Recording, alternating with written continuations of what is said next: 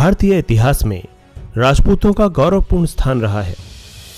यहाँ के रणबांकुरों ने देश, जाति, धर्म तथा स्वाधीनता की रक्षा के लिए अपने प्राणों का बलिदान देने में भी कभी संकोच नहीं किया। उनके इस त्याग पर संपूर्ण भारत को गर्व रहा है। वीरों की इस भूमि में राजपूतों के छोटे बड़े अनेक राज्य रहे, जिन्होंने भारत की स्वाधीनता के लिए संघर्ष किया। इन्हीं राज्यों में मेवाड़ का अपना एक विशेष स्थान है, जिसपे इतिहास के गौरव बप्पा रावल, खुमाण प्रथम महाराणा हम्मीर, महाराणा कुंभा, महाराणा सांगा, उदय सिंह और वीर शिरोमणि महाराणा प्रताप ने जन्म लिया है। मेवाड़ के महान राजपूत राजा महाराणा प्रताप अपने पराक्रम और शौर्य के लिए पूरी दुनिया में मिसाल के तौर पर जाने जाते हैं। एक ऐसा राजपूत सम्राट जिसने जंगलों में रहना पसंद किया, लेकिन कभी विदेशी मुगलों की दास्ता स्वीकार नहीं की। उन्होंने देश, धर्म और स्वाधीनता के लिए सब कुछ न्योछावर कर दिया। प्रताप के काल में दिल्ली में मुगल सम्राट अकबर का शासन था, जो भारत के सभी राजा महाराजाओं को अपने अधीन कर मुगल साम्राज्य की स्थापना कर इस्लामिक परचम को पूरे हिंदुस्तान में फहराना चाहता था। इसके लिए उसने नीति और अनीति दोनों का ही सहारा लिया। 30 वर्षों के लगातार प्रयास के बावजूद अकबर महाराणा प्रताप को बंदी न बना सका। महाराणा प्रताप का जन्म 9 मई 1540 को राजस्थान के कुंभलगढ़ दुर्ग में हुआ था। उनके पिता महाराजा उदय सिंह द्वितीय और माता महारानी जयवंता बाई थीं। वे राणा सांगा के पोते थे। महाराणा प्रताप को बचपन में सभी कीका के नाम से पुकारा करते थे।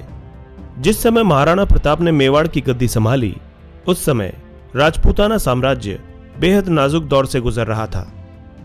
बादशाह अकबर की क्रूरता के आगे कई राजपूत नरेश अपना सिर झुका चुके थे। कई वीर प्रतापी राजवंशों के उत्तराधिकारियों ने अपनी कुल मर्यादा का सम्मान भुलाकर मुगलिया वंश से वैवाहिक संबंध स्थापित कर लिए थे। कुछ स्वाभिमानी राजघरानों के साथ ही महाराणा प्रताप भी अपने पूर्वजों की मर्यादा की रक्षा हेतु अटल थे, और इसीलिए मुगल बादशाह अकबर की आंखों में वे सदैव खटकते रहते थे। महाराणा प्रताप जिस घोड़े पर बैठते थे, वो घोड़ा दुनिया के सर्वश्रेष्ठ घोड़ों में से एक था। महाराणा प्रताप तब 72 किलो का कवच पहनकर 81 किलो का भाला अपने हाथ में रखा करते थे। भाला, कवच, ढाल और 2 तलवारों का वजन मिलाकर 208 किलो था। इतने वजन को उठाकर वे पूरे दिन युद्ध लड़ा करते थे। सोचिए तब उनकी शक्ति क्या रही होगी। इस वजन के साथ रणभूमि में दुश्मनों से पूरा दिन लड़ना मामूली बात नहीं थी। मेवाड़ को जीतने के लिए अकबर ने कई प्रयास किए। अकबर चाहता था कि महाराणा प्रताप अन्य राजाओं की तरह उसके कदमों में झुक जाए, पर महाराणा प्रताप ने अकबर की अधीनता को कभी भी स्वीकार नहीं किया। अजमेर को अपना केंद्र बनाकर अकबर ने प्रताप के विरुद्ध सैनिक अभियान शुरू कर दिया। महाराणा प्रताप ने कई वर्षों तक मुगल सम्राट अकबर की सेना के साथ संघर्ष किया। मेवाड़ की धरती को मुगलों के आतंक से बचाने के लिए महाराणा प्रताप ने वीरता और शौर्य का परिचय दिया। प्रताप की वीरता ऐसी थी कि उनके दुश्मन भी उनके युद्ध कौशल के कायल थे। उदारता ऐसी कि दुश्मनों की पकड़ी गई पत्नियों को वे सम्मान पूर्वक उनके पास वापस भेज दिया करते थे। इस योद्धा ने साधन सीमित होने पर भी दुश्मन के सामने सिर नहीं झुकाया और जंगल के कंद मूल और घास की रोटियां खाकर लड़ते रहे। माना जाता है कि महाराणा प्रताप की मृत्यु पर अकबर की आंखें भी नम हो गई थीं। अकबर ने भी कहा था कि देशभक्त हो तो महाराणा प्रताप जैसा। अपनी विशाल मुगलिया सेना, बेमिसाल बारूद खाने, युद्ध की नवीन पद्धतियों के जानकारों से युक्त सलाहकारों, गुप्तचरों की लंबी फेहरिस्त, कूटनीति के उपरांत भी जब मुगल बादशाह अकबर समस्त प्रयासों के बाद भी महाराणा प्रताप को झुकाने में असफल रहा, तो उसने आमेर के महाराजा भगवान दास के भतीजे कुंवर मान सिंह, जिसकी बुआ जोधाबाई थी, को विशाल सेना के साथ डूंगरपुर और उदयपुर के शासकों को अधीनता स्वीकार करने हेतु विवश करने के लक्ष्य के साथ भेजा। मानसिंह की सेना के समक्ष डूंगरपुर राज्य अधिक प्रतिरोध नहीं कर सका। इसके बाद कुंवर मानसिंह महाराणा प्रताप को समझाने के लिए उदयपुर पहुंचे। मानसिंह ने उन्हें अकबर की अधीनता स्वीकार करने की सलाह दी, लेकिन प्रताप ने दृढ़तापूर्वक अपनी स्वाधीनता बनाए रखने की घोषणा की और युद्ध में सामना करने की घोषणा भी कर दी। मानसिंह के उदयपुर से खाली हाथ आ जाने को बादशाह ने करारी हार के रूप में लिया। तथा अपनी विशाल मुगलिया सेना को मान सिंह और आसिफ खां के नेतृत्व में मेवाड़ पर आक्रमण करने के लिए भेज दिया। आखिरकार 30 मई 1576 को बुधवार के दिन प्रातःकाल में हल्दी घाटी के मैदान में विशाल मुगलिया सेना और रणबांकुरी मेवाड़ी सेना के मध्य भयंकर युद्ध छिड़ गया। मुगलों की विशाल सेना टिड्डी दल की तरह मेवाड़ भूमि की ओर उमड़ पड़ी। उसमें मुगल, राजपूत और पठान योद्धाओं के साथ जबरदस्त तोपखाना भी था। अकबर के प्रसिद्ध सेनापति महावत खान, आसफ खान, राजा मान सिंह के साथ शहजादा सलीम भी उस विशाल मुगल सेना का संचालन कर रहे थे, जिसकी संख्या इतिहासकार 80,000 से 1 लाख तक बताते हैं। इस युद्ध में प्रताप ने अभूतपूर्व वीरता और साहस से मुगल सेना के दांत खट्टे कर दिए और अकबर के सैकड़ों सैनिकों को मौत के घाट उतार दिया। विकट परिस्थिति में झाला सरदारों के एक वीर पुरुष ने उनका मुकुट और छत्र अपने सिर पर धारण कर लिया। मुगलों ने उसे ही प्रताप समझ लिया और वो उसके पीछे दौड़ पड़े। इस प्रकार उन्होंने राणा को युद्ध क्षेत्र से निकल जाने का अवसर प्रदान कर दिया। बाद में हल्दी घाटी के युद्ध में करीब 20,000 राजपूतों को साथ लेकर महाराणा प्रताप ने मुगल सरदार राजा मान सिंह के 80,000 की सेना का सामना किया। इसमें अकबर ने अपने पुत्र सलीम यानी कि जहांगीर को युद्ध के लिए भेजा था। जहांगीर को भी मुंह की खानी पड़ी और वो भी युद्ध का मैदान छोड़कर भाग गया। बाद में सलीम ने अपनी सेना को एकत्रित कर फिर से महाराणा प्रताप पर आक्रमण किया और इस बार एक भयंकर युद्ध हुआ। इस युद्ध में महाराणा प्रताप का प्रिय घोड़ा चेतक घायल हो गया। राजपूतों ने बहादुरी के साथ मुगलों का मुकाबला किया, परंतु मैदानी तोपों तथा बंदूकधारियों से सुसज्जित शत्रु की विशाल सेना के सामने समूचा पराक्रम निष्फल रहा। युद्ध भूमि पर उपस्थित 22,000 राजपूत सैनिकों में केवल 8,000 ही जीवित रह पाए। महाराणा प्रताप को जंगल में आश्रय लेना पड़ा। महाराणा प्रताप के सबसे प्रिय घोड़े का नाम चेतक था। चेतक बहुत ही समझदार और स्थिति को पल में ही भांप जाने वाला घोड़ा था। उसने कई मौकों पर महाराणा प्रताप की जान बचाई थी। हल्दी घाटी के युद्ध के दौरान प्रताप अपने पराक्रमी चेतक पर सवार होकर पहाड़ की ओर जा रहे थे।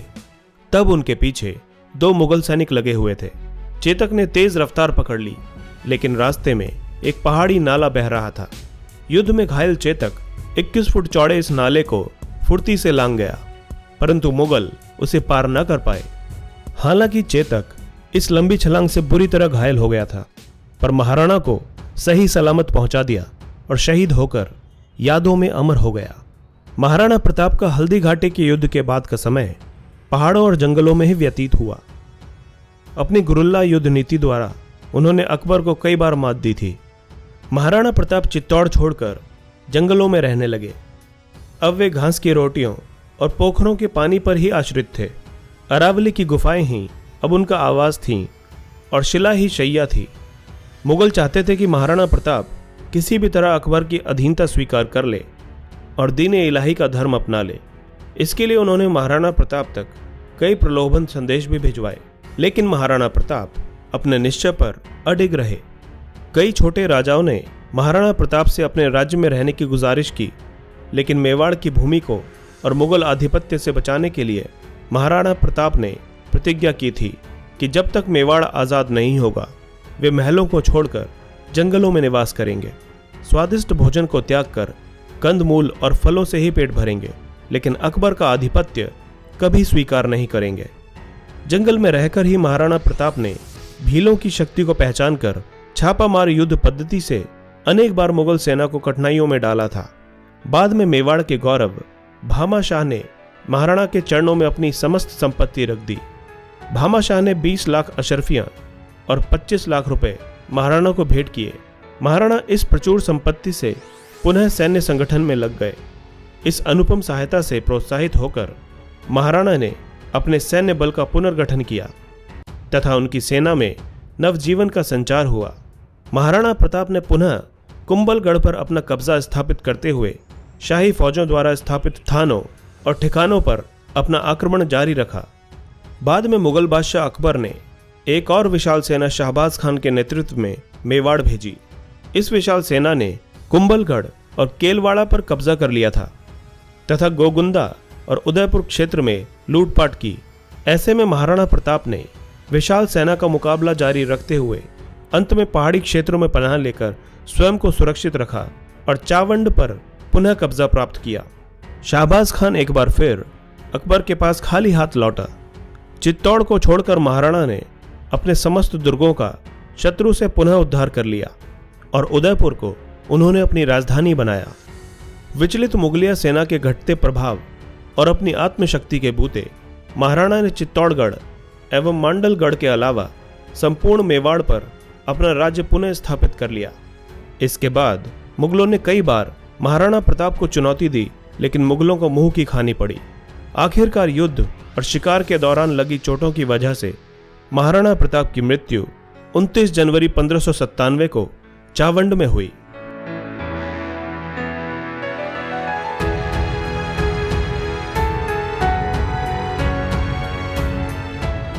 दोस्तों, इसी तरह की इंटरेस्टिंग और इन्फॉर्मेटिव वीडियोस देखने के लिए हमारे चैनल हिस्टोरिक हिंदी को आज ही सब्सक्राइब करें और बेल आइकन को दबाना ना भूलें।